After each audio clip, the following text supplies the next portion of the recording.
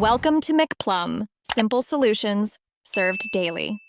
You start by opening Settings and tapping Face ID and Passcode. Authenticate with your device passcode. Once done, you'll see the list of features and any shortcuts that use Face ID. Explain why. Removing a shortcut prevents automatic unlocking or quick actions tied to your face, improving control and privacy.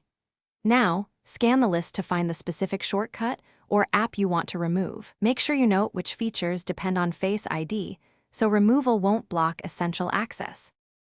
You tap the specific app or shortcut entry in the Face ID menu and look for the toggle or remove option. This is where the actual unlinking happens. Once you toggle off Face ID for that item, the system may ask you to confirm, accept to apply changes. Explain why.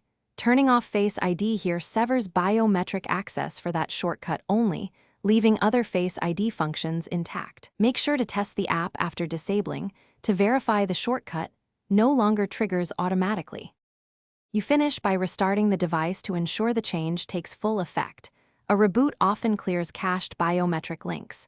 If the shortcut still appears, reset Face ID and then reconfigure only the features you want. This clears hidden associations.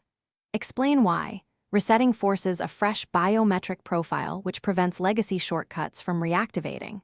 One troubleshooting tip. If issues continue, check the app's permissions and update the operating system. Because bugs or outdated app permissions. Thanks for watching. Stay juicy and subscribe.